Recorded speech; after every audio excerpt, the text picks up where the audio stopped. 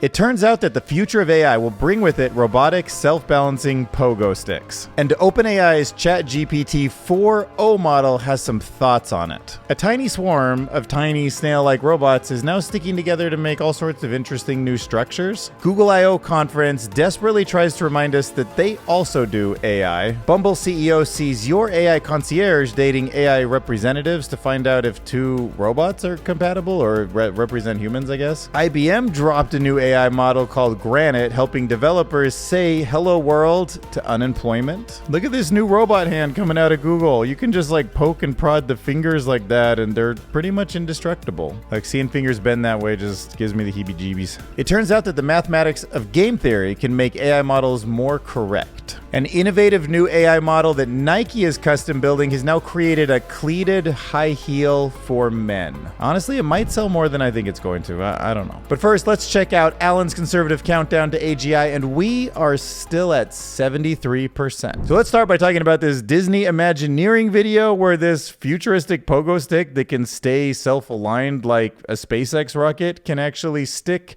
the landing when dropped on cement. So this is a crazy prototyped robot that uses fans to stabilize itself in midair. And then it's got this piston-like leg to absorb any drop. So I'm guessing this is going to be some kind of like bouncy futuristic robot, like maybe a bunny or something that bounces around Disneyland. Who knows, but Walt Disney Imagineering is definitely starting to look like some R&D at one of the big tech companies. I'm loving what they're coming up with recently. But of course, the big news this week, which you're definitely not hearing for the first time from me because every other AI YouTuber covered it like within an hour of it being released, is the new big ChatGPT-4o model. And look, I'm just as impressed as anybody else because there's something super magical about having a multimodal model understand the inflection in your voice and having something told back to you in a way that is spoken, not something that is text to speech, but something that is spoken with inflection like another human. And the pattern and timing as humans that we've become accustomed to, being able to kind of interrupt somebody or sort of correct them in mid-conversation, to jump in and out of the conversation in a natural way, to sort of make some predictions about what we're talking about and how to add to the conversation. Like, we are getting much closer with this model to that experience, and that's just simply incredible to me. And we'll talk about it later in the video, but the Project Astra that came out of Google's Deepmind, it was introduced by Demis Hassabis on stage, was like, whoa, that's basically the same thing. So we have two big cutting edge companies at the forefront of this, like making that move at essentially the same time. Okay, so the things that stood out from this presentation are, one, that you can interrupt it. You don't have to wait for it to finish your turn before you can start speaking. It's understanding a whole bunch more than the words that you're saying. Like, it's picking up on your emotions. And I would argue, I think some behavioral psychologists have said that that's the majority of the communication that actually comes when we speak to one another. Whoa, slow a bit there. Mark, you're not a vacuum cleaner. Breathe in. Like, you know, the classic, like, how are you feeling, honey? And she says, fine. You take that from speech to text, you've lost everything important about that response. And then the control you have over the response was something that I still haven't totally got my head around, because my guess would be you would change that setting right off the bat to just be like positive, encouraging, and always like that. No matter my mood, don't match me. The model is able to generate voice in a variety of different emotive styles. Fight was a curious robot. Always explore. Started this story, but I want a little bit more emotion in your voice, a little bit more drama. Got it. Let's add some drama. Once upon a time, in a world not too different from ours, there was a robot named Bite. No, ChatGPT. I really want maximal emotion, like maximal expressiveness, much more than you were doing before. Understood. Let's amplify the drama. Once upon a time, in a world not too different from ours, there was a robot named Bite. Bite Actually, can was you do this in a robotic voice now? initiating dramatic robotic voice. Once upon a time, in a world not too different from ours. Because I'm imagining that I want this kind of an experience to keep bringing me to a better spot, but then maybe sometimes I'm going to want to sulk. Feels like that's rarely the right place to be in, but I guess maybe if I'm sad and the AI assistant's like laughing, it just feels uncomfortable to me, I might ask it to like mellow out a little bit. Like for the next couple hours, like just know I don't think that's the kind of response I want, but then bounce back to your normal energy level. But overall, I think that this is only a paradigm shift when it comes packaged together with that full vision. It's on a phone, so it's something that you really start the conversation with differently than you probably would in a work setting on your laptop, and you chat with it in a way that's different than searching for information so that you can like cut and paste it or kind of solve a more work-related task or maybe get information for an email, but it's actually a kind of new type of interaction that we really rarely do because we haven't had tools like this before. But it's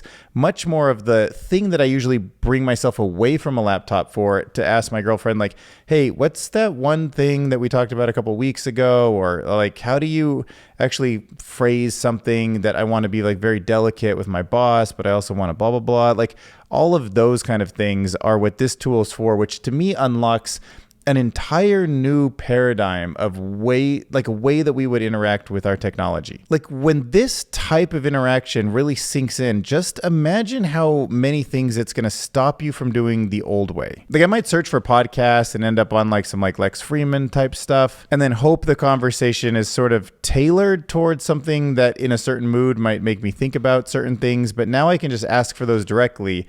All that content is generated and it just speaks it to me. Especially actually if it doesn't just limit the answers to what we're used to with ChatGPT, something that's only 2 or 3 minutes of a response. But if I could say for the next 2 hours, like tell me tons of interesting stuff about cosmology, and I just want to go for a hike and just sort of learn and just you handle all of that. I don't even want to think about the questions for a little bit. That is a totally different kind of experience. That cuts out so much of what normally would have been YouTube downloads or podcasts. But that's just my style of humor. For a bunch of other people, they might say, like, give me a whole bunch of like Bad Friends style conversations or some Bobby Lee and Whitney Cummings sort of comedy and just make me laugh for the next hour. And I would argue that there's even another layer to that. Like if it's connected to the same kind of data source that you're reacting to, because so much of our lives are digital, right? So if, I don't know, you're dating someone and they send you a text message and you're like really upset about it, and something like a ChatGPT has, new memory feature in it now, kind of recognizes that that's somebody that you're like interested in dating or you might become emotionally involved in, also has some context into like why what they said is super unfair or whatever is kind of like resonating with you and getting the emotional response that you're getting. You're using something like GPT-4o with vision and it can see in your face that you're not feeling good about it. Now it's an even more specific, I guess, type of entertainment or reaction or intimate connection to the content that it's saying that is just going to be like one of those podcasts, but not generic and not general, but like truly specific. You can say, hey, like, what's the Esther Perel, I think, is the woman who does a lot of relationship stuff. Imagine now you're like, look at this, look what this guy or girl just said to me. And like, look, this is how I feel. But now we're talking about a very different experience for the youngest generation to grow up with. Now I'd like to show you a snail inspired robotic swarm. One snail can climb onto another snail's shell, creating a type of adhesion bond. In nature, snails congregate and even attach to one another for various reasons. But yeah, snail inspired, like sort of slimy, can like stick to walls. Not really sure why they evolved to stick to walls like that. Maybe they climb trees or something. I don't know. Guess turns out that they're pretty good at like going over uneven surfaces and then sticking to one another's shell for a kind of like group cohesion bond type thing. So yeah, here you can see in the study, we developed a novel 3D freeform self-reconfigurable robot that borrows inspiration from figure 1 here, the land snail, slimy, real, biological. Figure 2 here, shell plus foot. You put the movement down here where the slimy body is,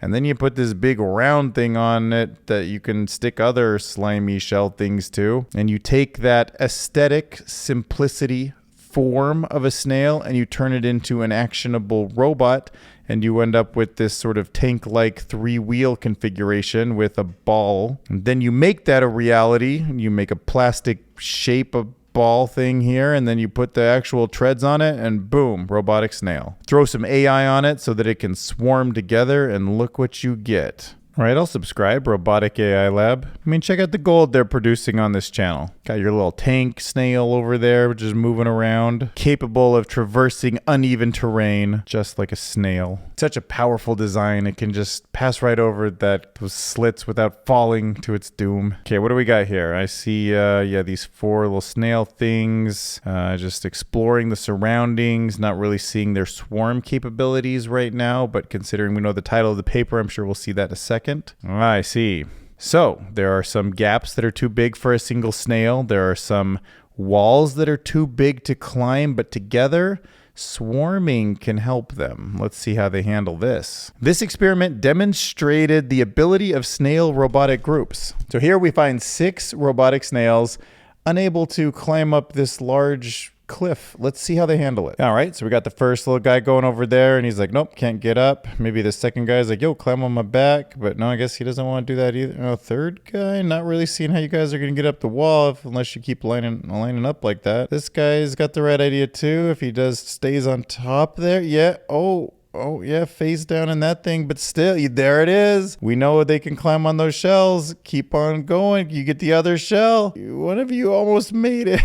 One of you almost made it. Wow. Well, I guess I don't know how the rest of them get up. I think you have to sacrifice 5 or maybe a few of them. What is going on here? That's a whole different what? Let's watch that again. There's something going on that I don't understand. Okay, so one's just like the rotator cuff, and then the other one's like a rotating shoulders spinning around. Wow, that's actually a much more innovative design than I imagine that they could configure themselves into. What do you got going on here, little guys? Like, got a little bridge thing. Okay, so I have seen ants do something kind of like this, where they use their exoskeletons to float and the others climb across. So bridge is powerful. It's interesting that one's got this one here, I'm just gonna pause for a second, but these guys here you think would just fall down the crevice, but I think because they have that sort of snail-like suction cup stickiness, maybe that's how they're holding together. I don't see any other way that would be holding in place like it is. But yeah, it must be strong enough for this other one to get over the top. Gosh, maybe each one can just move its way over, and then those last 2 can stay stuck together, and then there'd be enough on the other side to keep the bridge. I don't know. All right, what do we got going on here? Yeah, we look like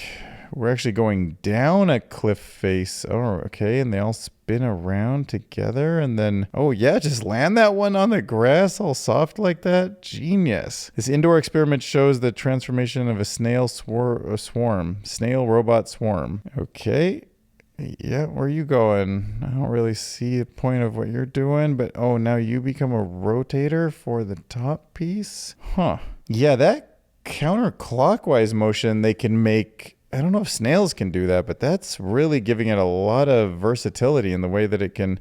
Wait, is it moving that box? Oh, it's moving that package into that box? Oh, I didn't even really understand the point here. That's crazy. Now it's a hand? Whoa. Listen, robotic snails. Way more power. What is this thing? Building a bridge, inspection, object manipulation, single robot motion, integrated locomotion, rock climbing, single robot crossing a lawn. What is going on? These robots are so next level. I did not see this coming. There you go. You heard it first. Dylan Curious, tell me another AI channel that's inspiring snail-inspired robotic swarms in your brain. I got that on lock right now. I didn't even expect it. That's why I don't think you expected it. It's funny, when I was making my script, I was like, yeah, I'm definitely gonna cover these like robot snails. That'll be fun. But I didn't honestly expect to be so impressed. That's crazy. Whew. Let's go check on the paper real quick. I've seen the future, and it is snail robot swarms. Google I/O, the developer conference where Google makes big AI announcements, happened this week. And what did we get? We got Google Imagen, which is their image generator. So think DALL-E or Midjourney. It was impressive, not revolutionary, but it's top tier. We got tons of AI integration into Google products, which is pretty magical, actually. Like, not super sexy to talk about, but one example of the new Google Photos AI multimodal update was, what's my license plate number? And it can like search through all your photos and find stuff like that, which by itself is low-key, like way underrated if you think about all of the potential of natural language and a huge archive of photos. Like, there's certain feelings that you might want to pull from the memories of your past that have never actually been accessible before. Photos where I'm hungry, photos where I'm full. I'm trying to remember this one guy I met at a meeting. I think I was in this room that had like a big bookshelf in it. I made a presentation once where there was this like really funny Dilbert comic strip. Can you bring me that presentation? But I would say the two biggest wow moments were their Sora competitor and then their multimodal like assistant. So first off, let's talk about this. This is Veo. It can generate 1080p video that is actually quite a bit longer than anything that seems like Sora or any of the Chinese models could do. So here we go. Here are some examples of Google Veo, high quality image generation. And what are your thoughts? I'd love to hear them in the comments below. Sometimes it can be a little hard to compare apples to apples when it comes to video generation. Sora sort of blew our minds because it was the first to get the physics right. Stuff like Runway ML was always just kind of look like motion version of photos a little bit. So I'm going to use that in my analysis and my opinion. And with Veo, I am seeing all of that pretty much right. So I'm going to say that this is as good as Sora. And finally, the big news, Project Astra. Now, because I spent some time talking about what's going on with GPT-4o, I think you get the gist of what they're doing here, so I won't go into it too much. But one thing that I didn't see OpenAI do was the ability with a video feed to actually draw on it and point. So you can see how crazy that is. Like, you point to a speaker and you're like, what's that thing? You put a little arrow on it. Like, how many times have you sent something like that to your friend? You're like, dude, check this out. Or like, check out this person in the background of this photo. They're doing something goofy. Like, now you can actually ask, like, what kind of a dance is that guy in the background is doing? And you point to it or something like that. The fact that it's all kind of happening in video form instead of photo form also just feels so much more dynamic to me than stuff that I was used to like last week. So yeah, Project Astra, future of assistance. You can get a vision for it now. Google I/O. All right, let's move on to dating. So this is Bumble CEO Whitney Wolfe. She is talking about something that you may be familiar with if you're a big fan of Netflix's TV show, Black Mirror. Is it a spoiler? I could spoil things that are old, right? Yeah, this could be a spoiler, so don't listen if you don't want to. But there's an episode where you're following this dating simulation, but you don't know it's a simulation until the end. And then you find out that it's one of hundreds of thousands of simulations where two people in real life both have super powerful AIs that have known so much about them for so long that they correctly make most of their decisions or predictions accurately. And that means that if they go on simulated dates and go through a whole bunch of scenarios, they can find out how compatible they are for evolving with their partner. Okay, so that's the very like out there version that's like very robust and kind of built out, and AI is super advanced, or at least that's what Whitney Wolfe is sort of hinting at here in some of these new quotes. We are probably to the point now where a large language model with memory, something that we might kind of be familiar with GPT, kind of knows our age, knows a lot about our profile, probably has understanding of the history of people that we've swiped on. It can then say, okay, here looks like a potential match. So your LLM will go out there and go into, imagine it prompted, like go out there and flirt, go explore, go find out how compatible you are.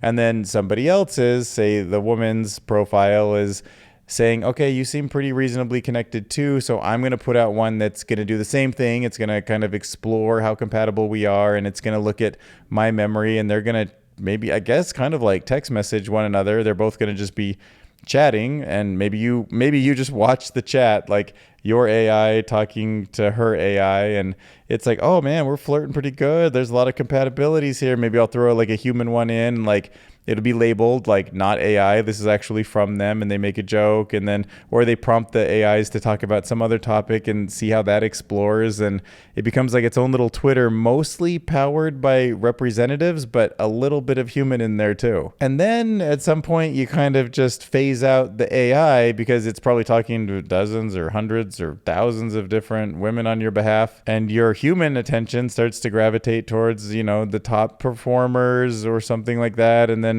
humans just sort of take over, and then you end up with like a very compatible human to human connection. And we are entering the future of dating. But I have to say, as somebody who's dating a magician, I kind of feel like it would have never realized that we were compatible in the first place. And I might have missed an awesome partner. But maybe my connection was one of those outlier connections too. And on average, it will do a great job. So who knows? Or maybe it would have figured out. I don't know. This will be interesting to see this all unfold. All right, bringing you over to a major tech company dropping a major model that you probably don't hear much about. And that is IBM. God help them. Like, they have been trying in the AI space. They were like the first to devote serious resources to it. They explored a lot of the branches, but the classic story of sometimes just being too early to an industry, I think, has applied to them. But hopefully they're back now. This is IBM's Granite, and it is a new LLM model that is really good at code. To IBM's credit, it writes code, it reads code, and it is open sourced, and it is awesome. And a couple reasons why this might stand out to you is one of the things IBM did sort of incorrectly for a long time is they thought it was all about curating high quality data sources. I mean, actually, nobody saw this coming. The transformer model took everybody by storm as it kept scaling up in a generalized way that we just didn't see coming. So it makes sense that since like 2006, since Watson was like killing it with machine learning, they've been looking at these curated data sets. So they were trying to do some medical stuff. They needed curated medicine, and they ended up in the coding environment coming up with this high quality data set of 500 million lines of codes in over 50 programming languages, as well as code snippets and descriptions. So they had this really cool data source to train on. Now, of course, OpenAI has access to Microsoft stuff, and Microsoft has GitHub, which is a much more robust and kind of arguably curated code set too. But they are competitive, and Granite is a 20 billion parameter large language model, which fits into the suite of IBM tools, mostly kind of pushing towards that enterprise customer, right? And you have to think that there's a lot of room in this space because it's not just about a big company like Microsoft or Google replacing their human engineer coders. And of course, that's one of the easiest ways to just kind of hone on to get a generalized sense of how the future is changing. But think about all the things that might run on code in the future. Every little device, a little robot like this, your refrigerator, your microwave, a crazy little like watch device that just does one thing. It's sort of a one-trick pony, your TV, like maybe microphones like this have a little chip in them device to make like sound quality better or something. And maybe even that kind of code could also come equipped with a very small or very powerful AI that could rewrite its code depending on the need, could maybe get signals from other types of things to reconfigure the code to make it work more compatible. Maybe a microphone like this can plug into just any device that exists now, something that's old and doesn't seem like it would fit. It can write code specifically to fit that situation or be future-proof and be able to like write code for the future. All those kind of things that you don't think about code needing its own AI model for today. In the future, a tool like this might be perfect for. So let's check out this 3-finger robot that's essentially an indestructible robot hand. It is working in partnership with Google's Deepmind. So what's interesting about it is its flexibility. Like calling it indestructible because it's so kind of pliable and malleable and tough at the same time. Like when you see a car with like really good shocks and it's like powerful and strong, but it's also able to handle like all sorts of different terrain. This is the finger equivalent of that. So those robot fingers that you're looking at can go from fully open to close within 500 milliseconds. Now, I don't really have like a good sense of how quick that is. It feels really fast, maybe half a second. So yeah, 0.5 seconds, 500 milliseconds. Yeah, like I guess that's about that. And even if my human hand can act as quick, I definitely cannot take a hammer in that same way. My fingers would break. I mean, maybe I could be poked with that giant Q-tip or whatever and survive. I definitely could not bend them that way without them breaking. Each robotic finger has hundreds of sensors on its fingertips and dozens of finger segments. So see, you can just pet them. All right, let's talk game theory and large language models like ChatGPT. So you may have noticed that sometimes you can ask the same question to ChatGPT twice and get kind of different answers. They're often both right in their own way, but the interpretation of your question can sometimes be so different that the answers are wildly, marketably different. Like asking, what are some fun things to do if I go visit Peru? The actual token prediction can pull out different patterns that kind of lead you to all sorts of different outcomes. And for some reason that feels okay, but then also there's the actual specific questions, like what is the capital of Peru? And if that token prediction doesn't give you to the same answer each time, then you have hallucination, then you have an incorrect fact. So here's where game theory, a branch of mathematics that is all about playing games and how to play them strategically correctly, comes into play. So game theory is turning these kind of questions into a game for the computer to play in the background before it gives you your answer. So it creates two players, two agents, and the first one comes up with the response and the other judges it. And these two players can play thousands of games of like, what are fun things to do in Peru? And one can judge and say, that one doesn't seem so fun. And then it comes up with another answer and it's like, that one seems really fun. And then it comes with another answer and it's like, that one seems super duper fun. And all of these come together over and over again into a consensus of what the most fun thing in Peru to do is. And there's a few more nuances in the way that there's like only so many points to be given, and there's a little bit of competition, and there's sort of a winner type thing going on where the answers can get better and better, but especially when it comes to facts, like what is the capital of Peru? It should generate that most of the time correctly, but in the few times where it doesn't, and there's huge punishments in the way this game is sort of playing out behind the scenes, that becomes a way to kind of move out all of the bad answers that might come up. The hallucinations basically become less common. And you end up with what you really want from these models: more consensus, more truth, better answers, more accuracy. So yeah, you can think the mathematics of game theory the next time you ask for like a fun thing to do in a new place that you're visiting. All right, now check this out. Now Nike, the shoe company, has been using a bunch of diffusion models to generate images. It turns out that they're also fine-tuning one internally, and it's coming up with some designs of shoes that I guess are innovative, creative, and honestly pretty much useless and kind of stupid if you ask me. So with these shoes, it's about taking the athlete, who they are, what they represent, dumping them all into a large language model like ChatGPT, something that knows everything about Michael Jordan, something that knows all of the documentaries, maybe something that's multimodal like Gemini, that's watched every Michael Jordan game he's ever played, that's watched all the documentaries. Now funnel the essence of Michael Jordan and generate me an image of what the ultimate Michael Jordan shoe would look like. And it could do this for every athlete that Nike represents. And as said by Nike's Chief Innovation Officer, John Hoke, AI is rocket fuel for creativity. And I'm sure you're wondering, what kind of new heights does this rocket fuel take Nike to? I present to you the future of shoes. Dayade de Groot, Zane Quinwin, Faith Kip Yiguan, Vin Vikias Jr., and of course the ultimate in cleats and high heels, fused into one dynamic shoe, the Shah Karari Richardson. I'm sure that everybody in Paris, where Nike unveiled its newest collection of elite sport footwear, was impressed. All right, let's talk about some nerdy research stuff. The first paper we're going to cover is AutoDev, automated AI-driven development. You guys have probably seen Dev and AI and then realized that it was pretty fake, and then also realized that, wow, agentic models like that probably will change the world someday, and they probably won't be named Dev and AI. Well, here's what Microsoft is doing. These guys are way more legit and way more ahead of schedule than I expected. So this paper is introducing something called AutoDev. Now, what they're dealing with now is kind of the limitation is there's a lot of great coding systems out there, but they're sort of limited to presenting you with options or snippets. And there's other AI tools that can kind of look for errors or help you debug or can compile and make suggestions, but there's nothing that's totally integrated into that, like build me an app and it does all of the things. It builds a little sandbox interface, it like makes some code, it QA tests it, it bug checks it, it does some user testing, and then it goes back and makes new code. You know, like the whole thing isn't connected yet. So in order to connect all that, what these Microsoft researchers are doing is they're building a framework. So AutoDev has access to so many different code repositories and the permissions and power to basically self-execute. So I can see why this kind of research is so valuable to Microsoft, because this is how you start getting that like feedback system going. Okay, next up, I want to show you an interesting paper that's dealing with artificial intelligence and material science. Okay, this paper is called MatterSim. It's a deep learning model that's dealing with elements, temperatures, and pressures. So in the world of creating new materials, the process is just simply slow. It's a lot of just trial and error. You can this is oversimplification, but you could essentially like melt down 2 or 3 materials and like stir them together and then let them solidify, and you have this new material,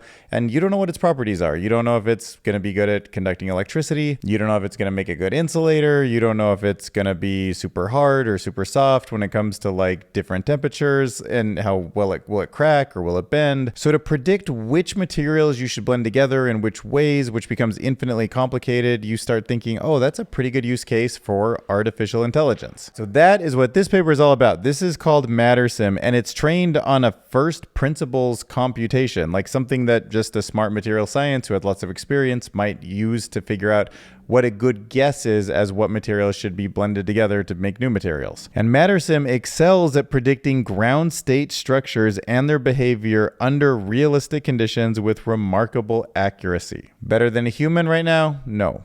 10 times better than the best AI system that has been out there previously? Yes. It can effectively compute, and I'm not going to pretend I understand all this stuff, but lattice dynamics. So I'm guessing like on the atomic scale, just how kind of diamond-like things might be, like lattices obviously being like they align themselves in like perfect structures, mechanical and thermodynamic properties, so I guess that would be how well that they can handle different temperatures, and even Gibbs free energies beyond me. But in a nutshell, a bunch of complex properties, a bunch of complex variables at minimal computational costs. And if you think about this, you can add it to certain goals, right? Like say you want to create a new LED screen that's like super bendable or super curvable, or maybe you even want to build like the giant space elevator and you need a super strong, super light material. Tools like this are going to change the way all sorts of manufacturing happens. And I could see an impact in the kind of materials that we build houses and cars and drones and all sorts of stuff out of. So I think this MatterSim paper is a really big deal. And that's why I decided to share it on my little humble YouTube channel that gets like probably 2,000 views. But the 2,000 of you that learned about it are now all the wiser. Again, finally, let's just talk about a more like super fun kind of abstract futurism topic. This is a really interesting read written by this guy, Jeffrey Anthony, and it is called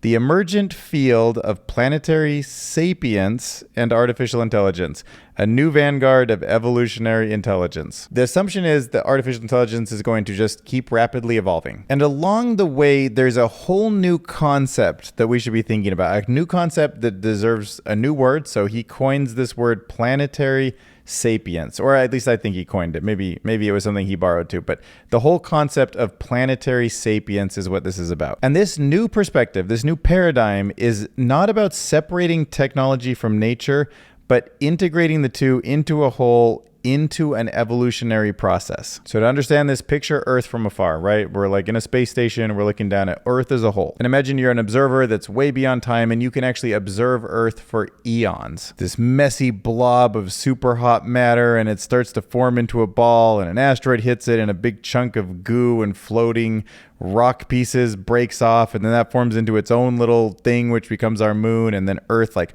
hardens up, and then you see life evolve, and it goes through all of its phases of on land and in water and in air and then back on land until we get to today. Boom, and like a snap of a finger, technology, right? Satellites, light all over the world. And that whole thing, the humans and all of that technological layer needs to be compressed into one concept. It's a sentient level because it's evolving together, but what if we assume that the whole thing is self-aware? It's not just the biological side that's self-aware, but now AI becomes self-aware. So now we think about all things that are self-aware as its own layer. And we call that the sentient layer, and we try to understand that as a whole. That's a blending of natural, biological, and artificial intelligence. It's just intelligence. And like on a quick side note, one thing that I've sort of been chewing on is I've always sort of hated AI as artificial intelligence because I don't think there's anything like artificial about it.